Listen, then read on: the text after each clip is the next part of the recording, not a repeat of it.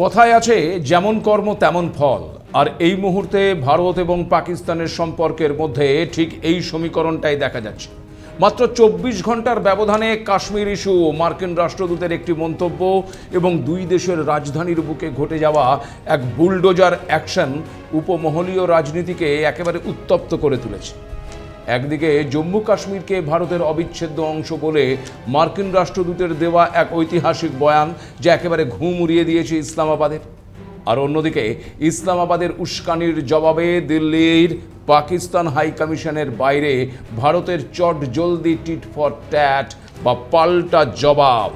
সব মিলিয়ে প্রশ্ন উঠছে, মার্কিন রাষ্ট্রদূতের মন্তব্যের নেপথ্যে কি কোনো বড় কূটনৈতিক বার্তা রয়েছে? মার্কিন যুক্তরাষ্ট্রের এই অবস্থান কি কাশ্মীর ইস্যুতে পাকিস্তানের আন্তর্জাতিক কূটনৈতিক অবস্থানকে আরো দুর্বল করে দিল? পাকিস্তানের হাই কমিশনের বাইরে দিল্লির বুলডোজার অ্যাকশন কি টিট ফর ট্যাট বার্তা? কিভাবে শুরু হলো এই নতুন কূটনৈতিক যুদ্ধ? কেন হঠাৎ দুই দেশই একে অপরের দূতাবাসের বাইরে নিরাপত্তা ব্যারিকেড উপড়ে ফেলল?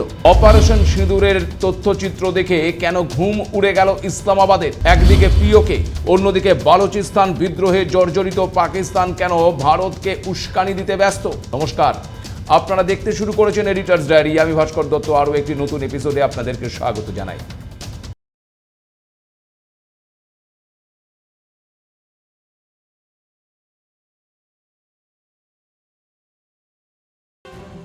ঘটনার সূত্রপাত জম্মু কাশ্মীর থেকে।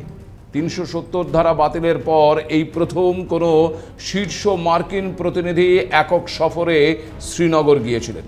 তিনি আর কেউ নন, খোদ মার্কিন প্রেসিডেন্ট ডোনাল্ড ট্রাম্পের অত্যন্ত ঘনিষ্ঠ এবং বিশেষ দূত সার্জিও গৌর।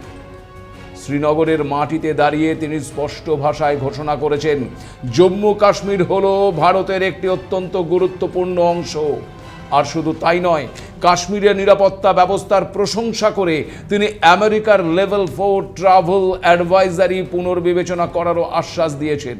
বিশেষজ্ঞরা মনে করছেন এই মন্তব্য আন্তর্জাতিক মহলে ভারতের এক বিরাট কূটনৈতিক জয়। কিন্তু স্বভাবতই এই কথা হজম হয়নি ওই পাকিস্তানের। রাগে ক্ষোভে ফেটে পড়ে বুধবারই ইসলামাবাদের বিদেশ মন্ত্রক মার্কিন দূতাবাসের দায়িত্বপ্রাপ্ত প্রধান নাটালি বেকারকে তলব করেছে এবং একটি কড়া কূটনৈতিক আপত্তিপত্র বা ডিমার্স ধরিয়েছে। পাকিস্তান এই মন্তব্যকে বাস্তবসম্মত নয় এবং দায়িত্ব জ্ঞানহীন বলে আনুষ্ঠানিকভাবে প্রত্যাখ্যান করেছে।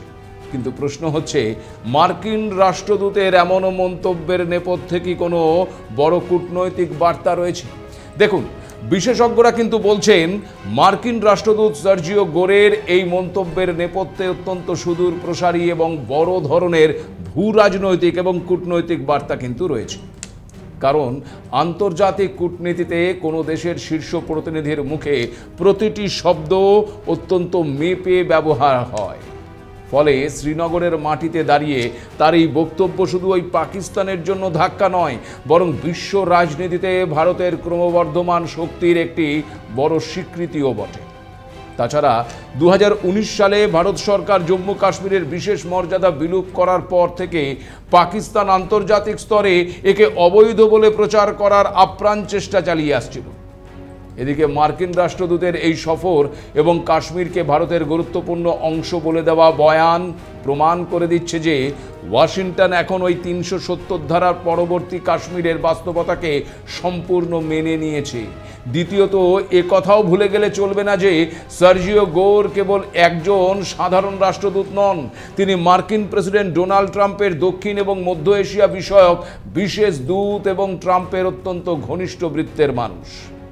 স্বাভাবিকভাবেই ট্রাম্পের দ্বিতীয় মেয়াদের এই সময়ে তার এই বক্তব্য স্পষ্ট করে দিচ্ছে যে নতুন মার্কিন প্রশাসন কাশ্মীর ইস্যুতে ভারতের অবস্থানকে সম্পূর্ণ সমর্থন করছে এবং এ বিষয়ে পাকিস্তানের কোনো আপত্তিকে তারা আজ আমল দিতে রাজি নয়। তৃতীয়ত, আগে আমেরিকা কাশ্মীরকে খুব ঝুঁকিপূর্ণ এলাকা বলে লেভেল 4 বা ডু নট ট্রাভেল সতর্কতা জারি করেছিল। আর এখন খোদ মার্কিন রাষ্ট্রদূত বলছেন কাশ্মীরের নিরাপত্তা পরিস্থিতি আগের চেয়ে অনেক ভালো হয়েছে, তাই ওই সতর্কতা কমানো যায় কিনা তা নতুন করে ভাববে আমেরিকা। অর্থাৎ ওয়াশিংটন আন্তর্জাতিক মঞ্চে সার্টিফাই করছে যে ভারতের অধীনে জম্মু কাশ্মীরের সন্ত্রাসবাদ কমেছে এবং সেখানকার নিরাপত্তা পরিস্থিতি ও আইন শৃঙ্খলা এখন আন্তর্জাতিক পর্যটকদের জন্য অত্যন্ত স্বাভাবিক এবং নিরাপদ। এছাড়াও আপনাদের আগে জানিয়েছি যে বালুচিস্তানে চীন পাকিস্তান ইকোনমিক করিডোর বা ওই সিপেক প্রকল্প নিয়ে আমেরিকার তীব্র আপত্তি রয়েছে। তাছাড়া বর্তমান সময়ে বালুচিস্তান এবং পাকিস্তান অধিকৃত কাশ্মীরে যেভাবে পাকিস্তান সরকারের বিরুদ্ধে তীব্র গণক্ষোভ এবং স্বাধীনতার আন্দোলন চলছে, সেই অস্থিরতার মাঝে আমেরিকার এই চাল মূলত ইসলামাবাদ এবং বেজিং উভয় পক্ষকেই চাপে রাখার একটি বড় কৌশল বলেও মনে করছেন অনেকে। আর একবার ভেবে দেখুন, এমন একটা সময় মার্কিন রাষ্ট্রদূত ভারতের কাশ্মীরে গিয়ে ওখানকার উন্নয়ন এবং শান্তির প্রশংসা করলেন, যখন সীমান্ত পেরিয়ে পাক অধিকৃত কাশ্মীরে আটা বিদ্যুতের সংকট এবং ভুয়ো নির্বাচনের বিরুদ্ধে সাধারণ মানুষ রক্তক্ষয়ী আন্দোলন চালাচ্ছে। স্বাভাবিকভাবে জেনে বা না জেনে এই সফরের মাধ্যমে আমেরিকা পুরো বিশ্বের সামনে তুলে ধরল যে ভারতের কাশ্মীর আজ কতটা উন্নত এবং স্থিতিশীল, আর পাকিস্তানের অংশটি কতটা অত্যাচারিত এবং খাদের কিনারায় দাঁড়িয়ে রয়েছে। এই একটি মন্তব্যের মাধ্যমে আমেরিকা কার্যত কাশ্মীর নিয়ে পাকিস্তানের দীর্ঘদিনের আন্তর্জাতিক বিতর্কিত অঞ্চল বানানোর ন্যারেটিভ বা প্রচারকে এক ঝটকায় কিন্তু ধুলোয় মিশিয়ে দিয়েছে। এখন আন্তর্জাতিক মঞ্চে কাশ্মীর নিয়ে পাকিস্তানের কান্না শোনার মতো আর কেউ রইল না।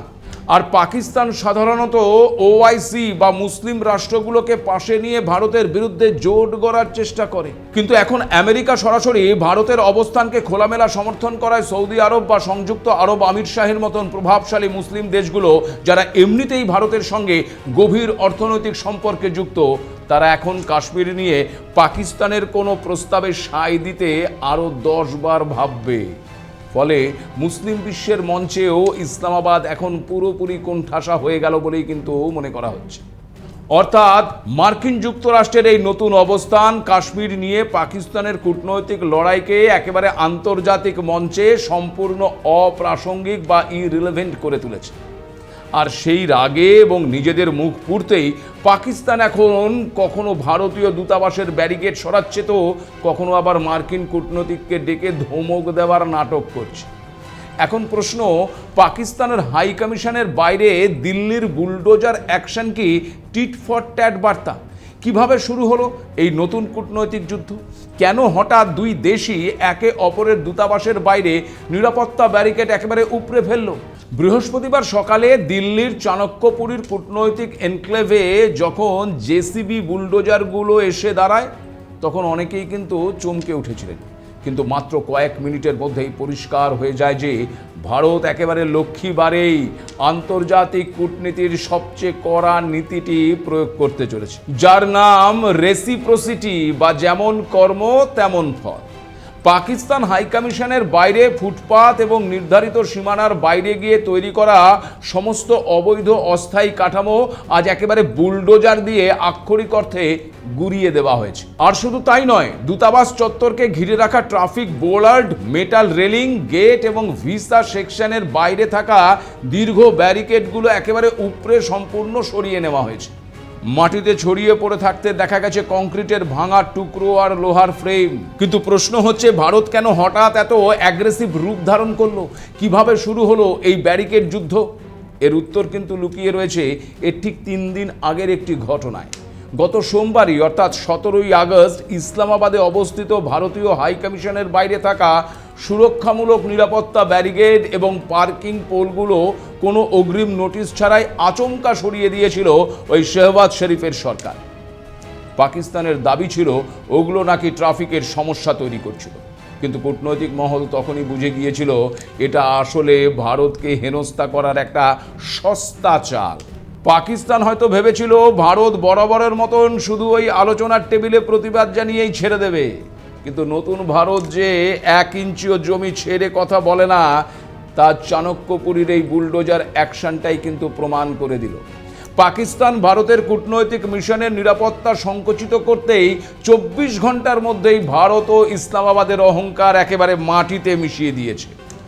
তবে এখানে একটা বিষয় স্পষ্ট করে দেওয়া দরকার, সরকারি সূত্রে খবর অনুযায়ী বাইরের এই অতিরিক্ত ট্রাফিক ব্যারিকেড এবং অবৈধ কাঠামো সরানো হলেও পাকিস্তান হাইকমিশনের মূল যে অভ্যন্তরীণ নিরাপত্তা ব্যবস্থা এবং পুলিশি সুরক্ষা, তাতে কিন্তু ভারত কোনো কাটছাট করেনি।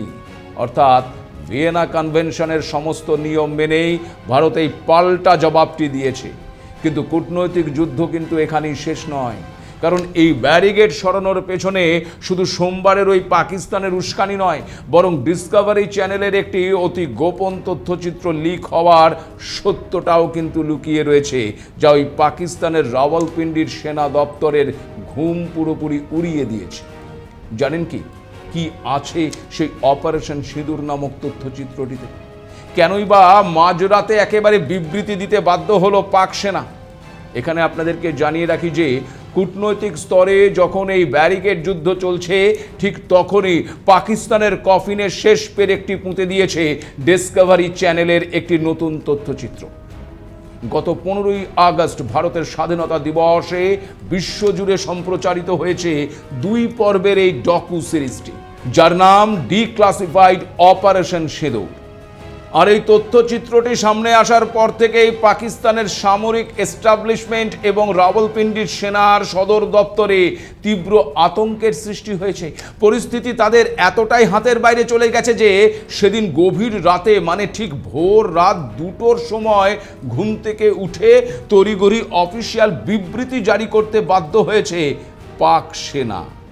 পাক সেনার মিডিয়া উইং ISPR এই বিবৃতি দিয়েছে।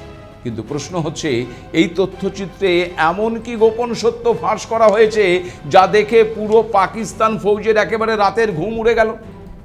এখানে আপনাদেরকে একটু জানিয়ে রাখি যে গত বছর অর্থাৎ 2025 সালের মে মাসে ভারত এবং পাকিস্তানের মধ্যে যে 88 ঘন্টার যুদ্ধ হয়েছিল, তার ভেতরের আসল সত্য এই প্রথমবার অন ক্যামেরা বিশ্বের সামনে নিয়ে আসা হয়েছে। জাতীয় নিরাপত্তা উপদেষ্টা অজিত দোভাল এবং প্রাক্তন সেনাপ্রধান জেনারেল উপেন্দ্র দ্বিবেদী সহ অভিযানে যুক্ত শীর্ষ সামরিক আধিকারিকদের এক্সক্লুসিভ সাক্ষাৎকার রয়েছে ওই তথ্যচিত্রটিতে। সেখানে আধিকারিকরা স্পষ্ট জানিয়েছেন যে 2025 সালের এপ্রিল মাসে পেহেলগামে হওয়া কাপুরুষোচিত জঙ্গি হামলার জবাবে ভারত কিভাবে ফ্রি হ্যান্ড পেয়েছিল। ভারত যে শুধু ওই লাইন অফ কন্ট্রোল বা পিওকেতে সীমাবদ্ধ ছিল না, বরং একেবারে পাকিস্তানের মূল ভূখণ্ডের গভীরে ঢুকে বহালপুরের মতন জৈশে মোহাম্মদ এবং লস্করে তৈবার মূল ঘাঁটিতে সার্জিক্যাল স্ট্রাইক চালিয়েছিল, 100রও বেশি জঙ্গিকে খতম করেছিল, তার প্রমাণ সমেত দেখানো হয়েছে ওই ডকু সিরিজে। সবচেয়ে মজার বিষয় হলো, ভারতীয় সেনারা এই তথ্যচিত্রে জানিয়েছেন যে ভারতের হামলার পর পাকিস্তানে কতটা ক্ষয়ক্ষতি হয়েছিল তা জানার জন্য ভারতের গোয়েন্দাদের কোনো কষ্টই করতে হয়নি, কারণ পাকিস্তানি আম জনতার সোশ্যাল মিডিয়া পোস্ট এবং ভিডিও দেখেই ভারতীয় সেনা নিশ্চিত হয়েছিল যে হামলা একেবারে 100% সফল হয়েছে। আর এই তথ্যচিত্রটি সামনে আসতেই পাকিস্তানের অন্দরে এই ক্ষোভের আগুন জ্বলে উঠেছে। পাকিস্তানি সোশ্যাল মিডিয়াতেও সে দেশের প্রতিরক্ষা মন্ত্রী ওই খাজা আসিফ এখন চরম হাসির পাত্রে পরিণত হয়েছেন। ভারতীয় যুদ্ধবিমান গুলি করে নামানোর কোনো অফিসিয়াল প্রমাণ যখন তার কাছে চাওয়া হয়, তিনি ক্যামেরার সামনে আমতা আমতা করে উত্তর দিয়েছিলেন, সব তো সোশ্যাল মিডিয়াতেই আছে।